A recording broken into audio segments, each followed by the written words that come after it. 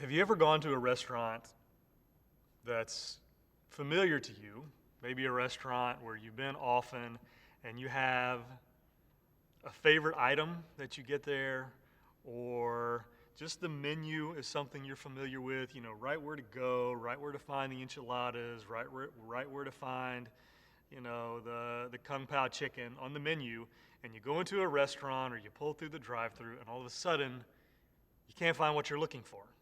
Or what you're looking for is gone, or it's a new menu, or they've completely changed everything that they have to offer. McDonald's is selling tacos now, or Taco Bell has got the Bell Beefer. I don't know if any of you remember that. It was Taco Bell's version of a hamburger.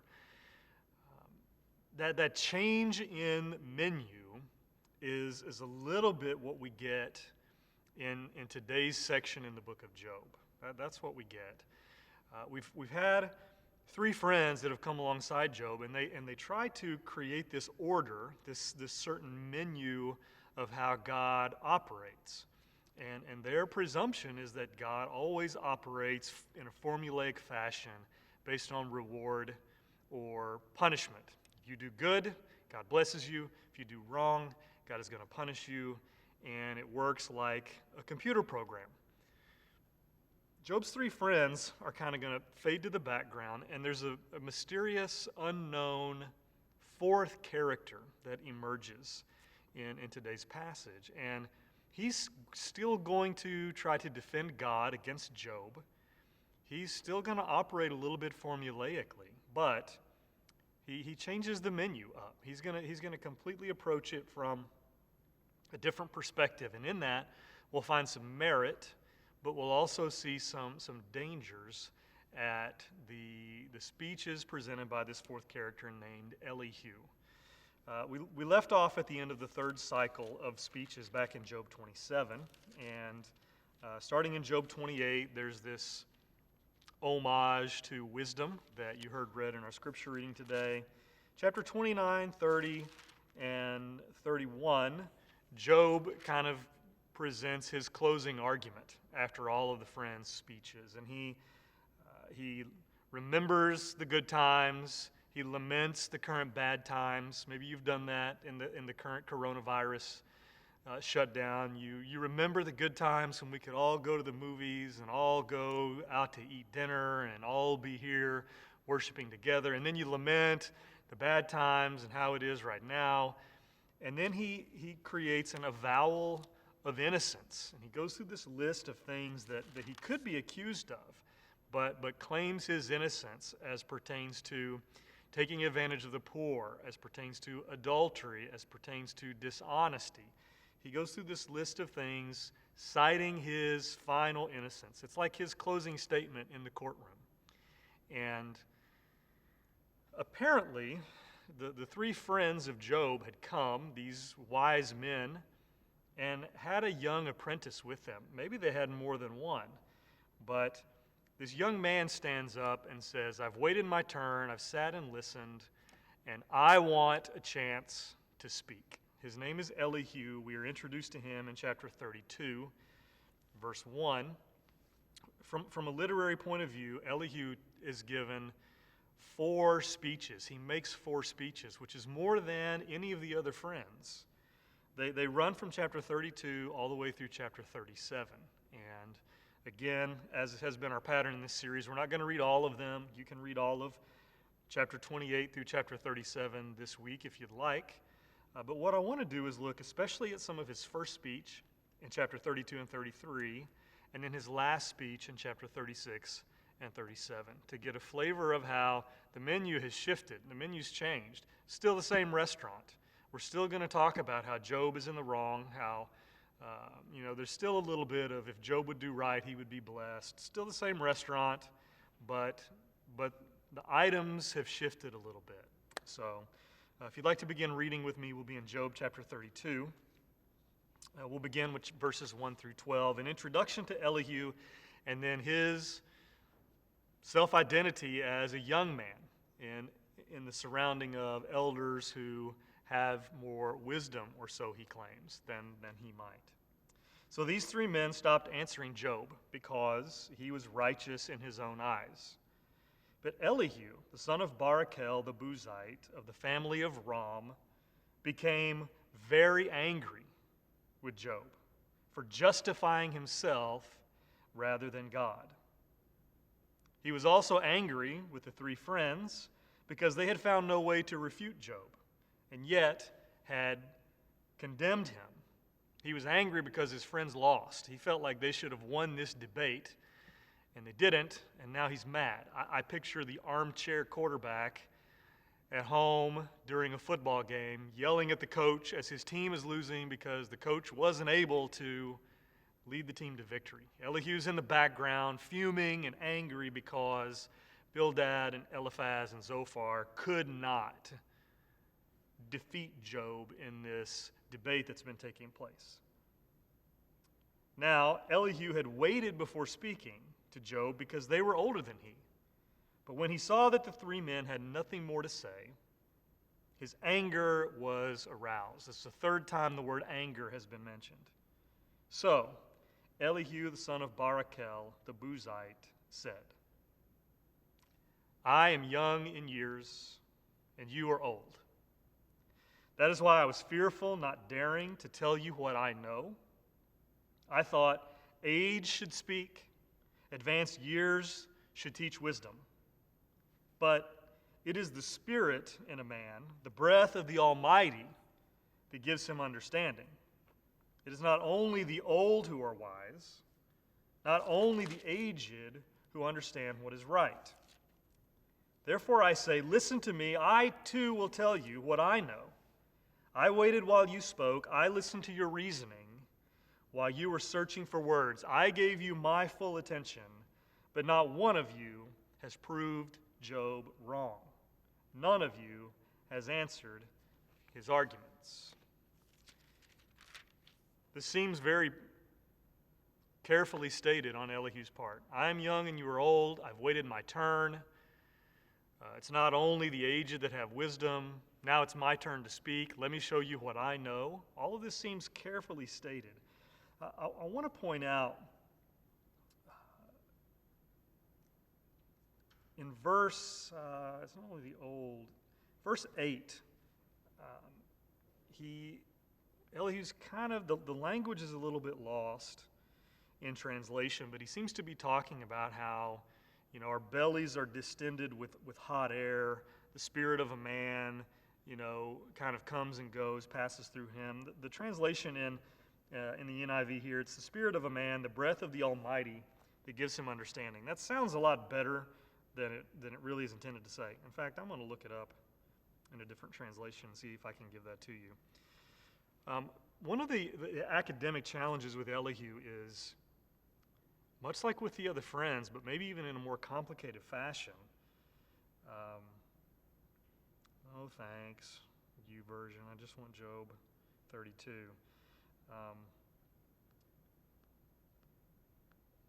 They're nuggets of truth kind of mixed in with logical fallacies. There are things that he says that on the surface seem very right, but then we see arrogance and we see statements that are not true. And it really does get to be complicated. And do we evaluate Elihu as right, or do we evaluate Elihu as wrong? Do we say that everything he's saying is foolish? Do we say that at some points he makes a good point? And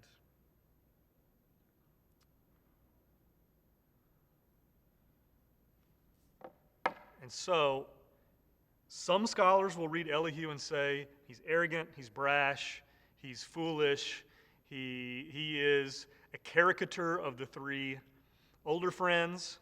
He is even more foolish than they.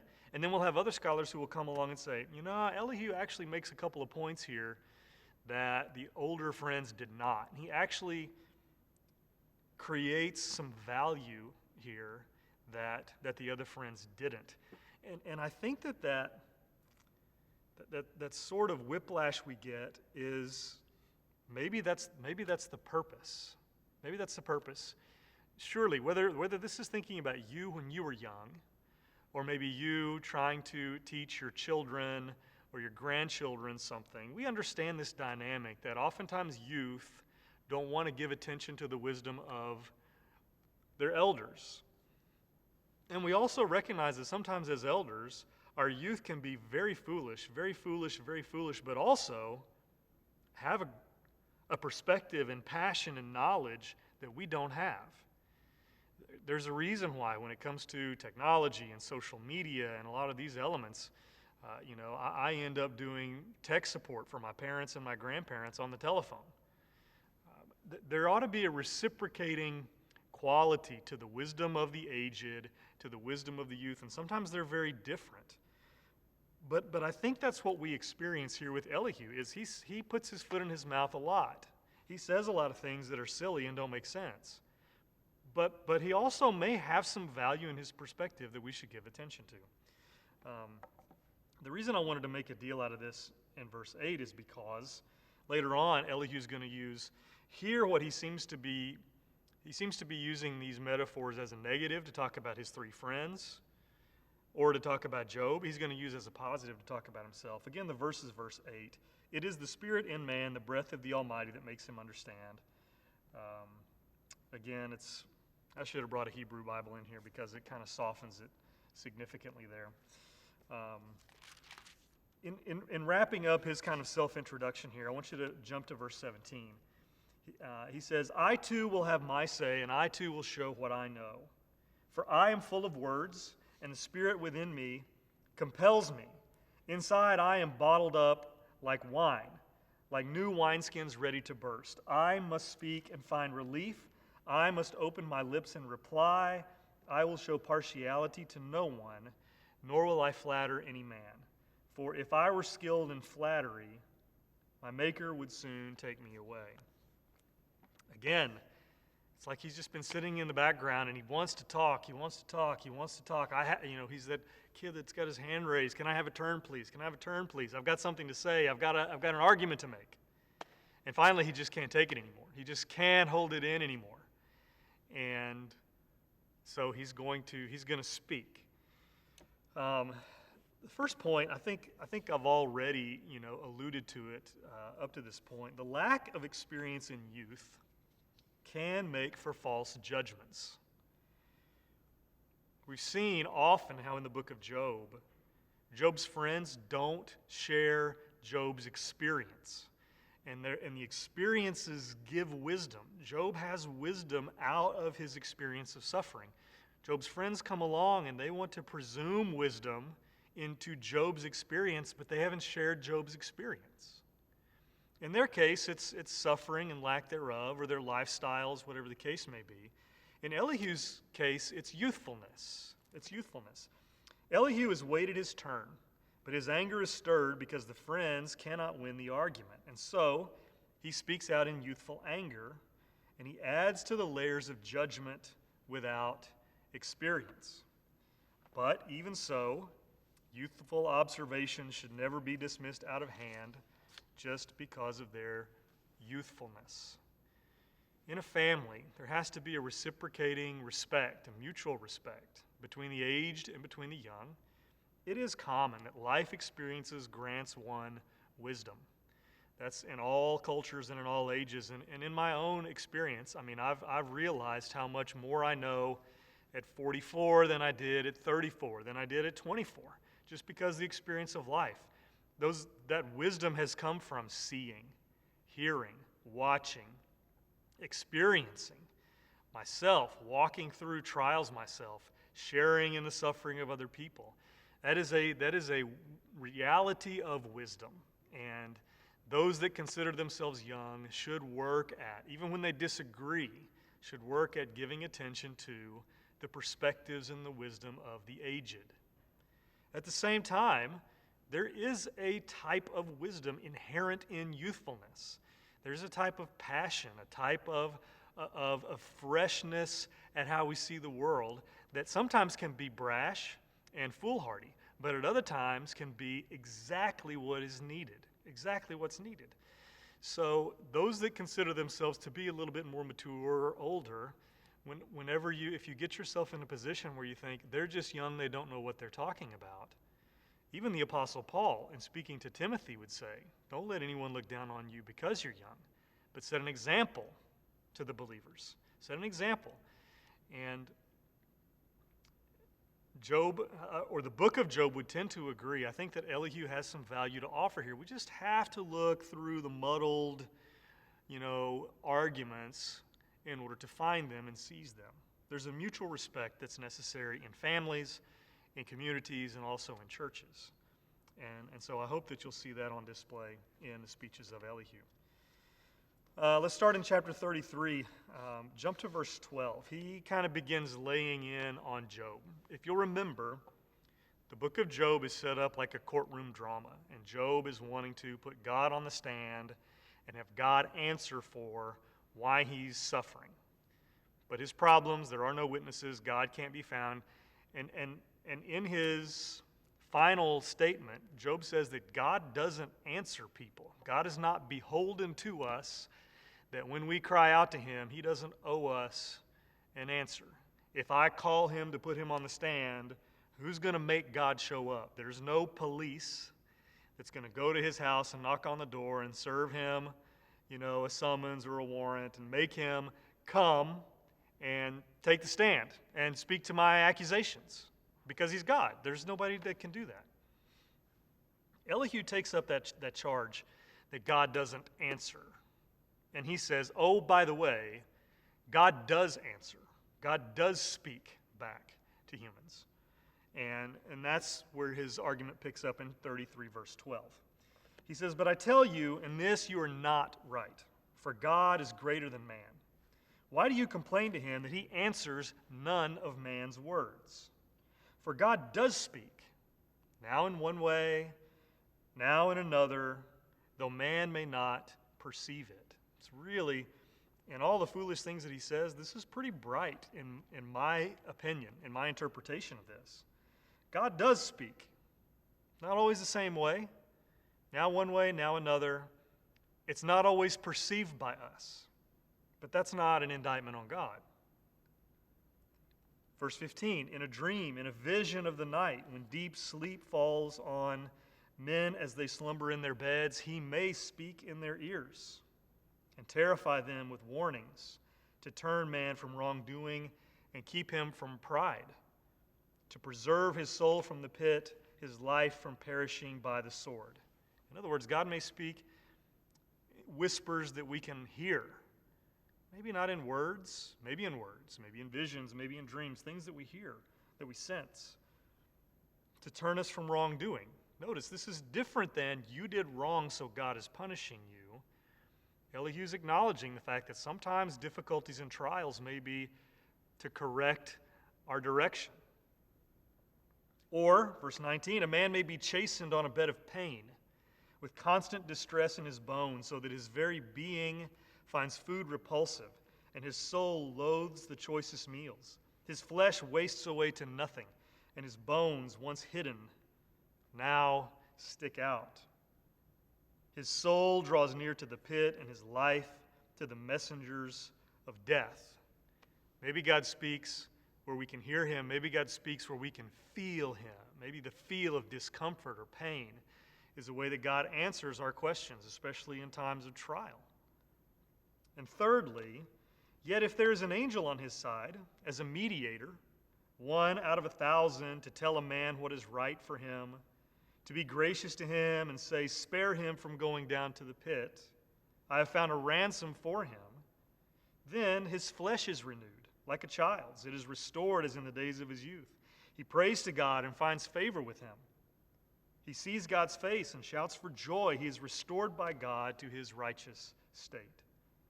Then he comes to men and says, I sinned and perverted what was right, but I did not get what I deserved. He redeemed my soul from going down to the pit, and I will live to enjoy the light. He sees God's hand at work in his midst. A mediator comes and defends him, and he doesn't get what he deserves, but he finds restoration and he sees God. The second point for our message today, Elihu's making this claim that God does speak to those who will hear, who will feel, and who will see. His observations seem to be accurate, as I stated. There are opportunities to hear God's voice, to feel God's presence and to see his hand at work, even in the toughest of trials. That's the positive part of this formula. The negative is, or not this formula, this theology, the negative is there's danger in assuming a formulaic pattern to God in this dynamic, just the same as the three friends did with the dynamic of reward and punishment. Let me explain to you what I mean. The three friends earlier said, anytime something bad happens, you did something wrong. If you do something good, then blessings will come on you. There's another kind of formulaic way of processing suffering in the Christian community today that says, something bad happens. I don't know why God did that, but I know he has a purpose in it. I don't know why God let that happen. I don't know why God caused that person to die. I don't know why God let this virus get out into communities. I don't know why God did that, but I know he has his reason. I know he did it for a purpose. You see, in that, there can also be a trying to systematize God and put God in a box that says every time something bad happens, God did it, and every time God did it, he did it for a reason. We have to be careful of systematizing God in such a way that it alleviates or removes the sovereignty of God to act however God sees fit. That's the true value of sovereignty. We'll see more about that next week. That God as sovereign can act in a myriad of different ways, which Elihu does say. He can speak now in one way, now in another. We have to be careful here. But Elihu makes a very good point that God can use pain in a host of different ways. And maybe sometimes it is what the friend said. People suffer because they've done something wrong. That is a very true, real phenomenon. But he says here also, sometimes people may suffer because God is trying to turn them from a certain path, or maybe he's trying to test them or strengthen them. If you think about children, the process of parenting or mentoring or teaching kids, sometimes discipline comes on kids because they do something wrong and a physical discipline takes place. It's painful, and it comes because they did something wrong. But sometimes a parent will see a child going through a difficulty or a struggle that brings natural consequences on them. And you may not add extra discipline onto it, but you may not bail them out of their consequences. You say, you need to learn a lesson from this action has created this consequence. I think most of us would agree good parenting is not running around behind your kids and bailing them out of every bad decision they make. Also, sometimes in parenting, you'll allow your kids or create opportunities for your kids to go through something difficult, challenging, painful even, because it's for their good, because it will help them grow. My boys had to go, they getting physicals for athletics for the next year. They had to get shots. Not that shots are the most painful thing in the world, but we allowed our kids to get shots because their shot records needed to be updated, and we did that not as discipline, not because we wanted them to hurt. We did that because the little bit of pain here we believe has a greater benefit. As parents or teachers, anybody who has children, youth in their lives, we understand the fact that challenges and difficulties in the lives of those that we're teaching, mentoring, parenting can come from different places, can serve different purposes, and our responses to them, sometimes we may bail them out. It's too much. Sometimes we may grant mercy. We're not going to punish you here. Sometimes we do. Sometimes we push you into a challenging situation. Sometimes you wander into it on your own. Sometimes you wander into it because of bad decisions. Sometimes because of good decisions. We understand that difficulties can create character. They can test us. They can put us on better paths instead of lesser paths. We know that they can be disciplinarian. We know they can be of a disciplinary nature. If we understand that as adults, how much more should we ascribe that same wisdom to the sovereignty of God? The sovereignty of God. I don't know that God created the COVID epidemic. I believe God knew it was coming. I believe God could have prevented it should he have chosen to, but he didn't. I don't know that God said, I'm going to create this. This is the purpose. There's some mysteries of God that Job identifies that we too have to identify. But what Elihu says here is, God does speak. In seasons like this, God does speak. And maybe it's in your ear. Maybe it's a message that pain or discomfort communicates to you. Maybe it's what you see with your eyes going on in your life, the lives of others in our community. Now one way, now another. It's not a formula. But God does speak. Whatever trials, whatever storms you happen to be experiencing or enduring in the present, the past, or the future, God is omnipresent. And for his children, God has instruction. He has care. He has help. God is present, and God does speak. But we have to listen. We have to pay attention. We have to watch. And we have to give consideration to what it is that God might be doing, maybe teaching us, maybe growing us, maybe strengthening us. What is it that God might be doing? And we can't make that claim for other people, because God speaking to other people is not the same as God speaking to us. Elihu can't make this claim, Job, here's how God speaks, and oh, by the way, here's what God says. That's where he crosses the line. I think he does a great job saying, oh, God does speak, and here's how he speaks. Maybe you should listen and watch and see. He crosses the line when he says, here's how God speaks, and what God tells me is what God should be telling you. He crosses the line there. But there's wisdom to be found, I believe, in this sentiment. So let's turn to Elihu's last speech. It's in chapter 36 and 37. I just want to look at one portion of it, beginning in 36, verse 26. The two speeches in the middle, you're going to see Elihu revert back to a lot of similar ideas to the first three friends. And so you can read those. They'll sound familiar, and that's part of his anger and his traditionalism. But at the end, he kind of comes back to this notion that says, God is big, God is mighty, who are we, what can we really know? And he advocates for the sovereignty of God. And he may not do it perfectly, but it sets the stage very nicely for the appearance of God that's going to come at the end of Job, and that's what we're going to look at next week. And I want you to listen to he's going to look at God's control over the weather in a very poetic fashion, beginning in 36, verse 26.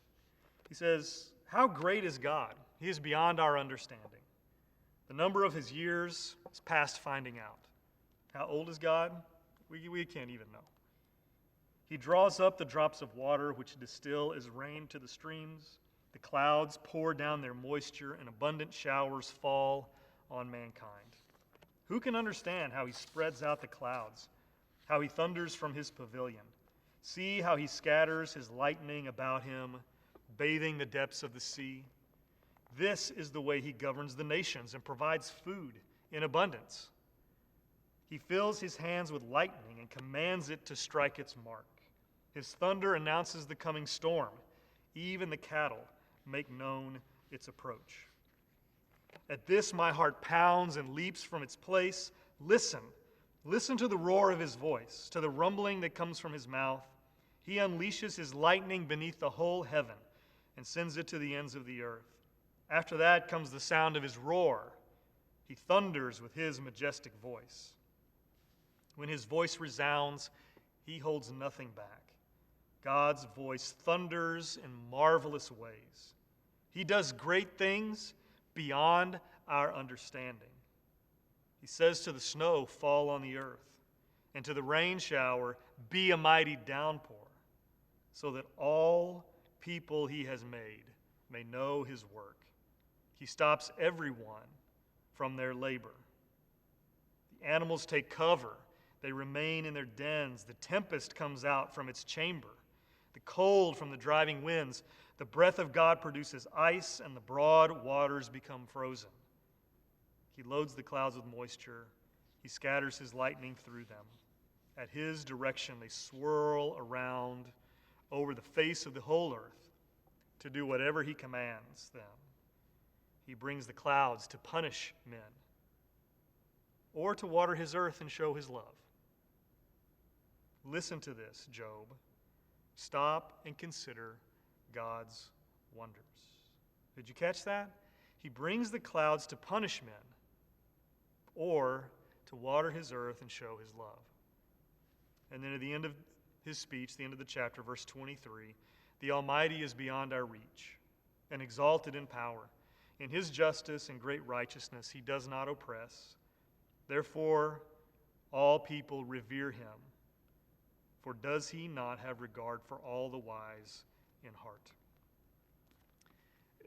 What Elihu is observing is the same philosophical and theological question we wrestle with. How is it that the rainstorms and the winds can be so important to our cycle of farming and planting and harvesting and food, but then the hurricane comes and wreaks such devastation on communities and homes and people and lives? There's a very Jekyll and Hyde quality to weather. And Elihu says, look, this is the mystery of God. That God can bring rains and snow and show his love by providing for people, but sometimes they come in judgment and wreak havoc and terror at the same time. Why is that? And Elihu is asking that question thousands of years ago, and we're still wrestling with that question today. And his conclusion is that God is almighty. God is beyond our reach. God is mysterious. And he's good, and he's wise, and he loves his people. But if we think that we can reduce him down to a mathematical equation, then we are fools. We're fools. Third and final point to our message today. In the end, Elihu points to the mystery of God as the final word. In his anger, Elihu doubles down on many of the same claims that the three friends made. You'll see that in the chapters leading up to this point. He insists on Job's failure to speak rightly of God, even if he doesn't point at direct actions of Job. But Elihu also concludes with a statement on the sovereignty of God, which paves the way for God's entrance in the chapters to come. Who knows where our community is going in light of the last 2 months? Who knows where our church is going, where society is going? We may return in 6 months, a year, back to life as it was before. Or there may be changes that have come as a result of this that stay entrenched in society for years to come. It's the age-old, not the age-old, our generation recognized the World Trade Centers got hit, and TSA at the airport has never been the same. And if you've flown, you know. It's ebbed and flowed and changed, and now we pay for pre-check, or we pay for TSA or for global entry, but airport security will never be the same again. And I suspect there'll be some nuances of that as a result here. We don't know where things are going. What we do know is that God is sovereign, and he is at work in our midst. We may not understand all the details. We don't have to understand all the details. We know that for those who have eyes to see, we can see him. For those that have ears to hear, we can hear from him. We know that he still has disciples all over the face of the earth, and the disciples are called to love God and love their neighbor as themselves, to advance the kingdom of God. We know that those things are consistent. How we do those things may be changing, may require new thinking on our part. But God is still present. God is still in control. God is still sovereign. And Elihu ultimately comes back to that point. And it's one that we will come back to next week as we wrap up our series on the book of Job. Some thoughts for you to consider as we wrap up today. The first one is back to that point about youthfulness and the wisdom of the elderly. The first two. If you consider yourself to be young, do you need to develop an appreciation for the wisdom of the elders in your life? an appreciation? Or do you just look at the elders and think, they're old, they don't know what they're talking about? Listen, our culture changes so fast that we have to share wisdom across generations. But there is wisdom in the lived out life that only experience can give. And if you are young, I want to encourage you and hope that you will listen to the wisdom of parents and grandparents, elders at your place of work, in the community. Doesn't mean that you give carte blanche to everything, but recognize and appreciate wisdom where it can be found. The other side of that coin, if you consider yourself to be old or more mature, that's a better word, do you need to work at seeing value in youthful ideas, even if it's mixed with less valuable ideas? You know, youthful passion and wisdom is not just for, helping you set up your smartphone or helping you, fix your computer whenever something happens, or, helping you figure out how to get a phishing scam off of your Facebook account. There's other wisdom in the perspective and the minds of the young. And we need to listen and pay attention and give consideration to some of their thinking, their ideas. They see the world through a new set of eyes, a fresh set of eyes, and that can be valuable in businesses, in organizations, in churches, in families. Wherever you fall on that spectrum, I hope that you'll give consideration to the mutual respect of listening and considering the perspectives and the wisdom of people at different stages of life than yourself. It's important, and I hope that you'll practice doing that. Lastly, on the second point about hearing or feeling or seeing God, how can you practice hearing from God, feeling, sometimes in pain and discomfort, the presence of God? We like to feel the presence of God in a good song or, comfort. You feel the presence of God in pain. Can you do that? Can you feel the presence of God in suffering? And seeing God in the midst of trials. Don't make it a formula. Don't make it the same all the time. Don't assume what God is saying to you is what God is saying to somebody else. But in your walk with God, in this crisis and in other crises in your life, challenges, difficulties in your life, how can you practice hearing from God, feeling God's presence, and seeing Him in your midst? I hope you'll give some consideration, some active practice to doing that today and maybe in the week to come. Once again, we look forward to worshiping together next week, whether you do so at this venue at home, whether you do so here in this space with us.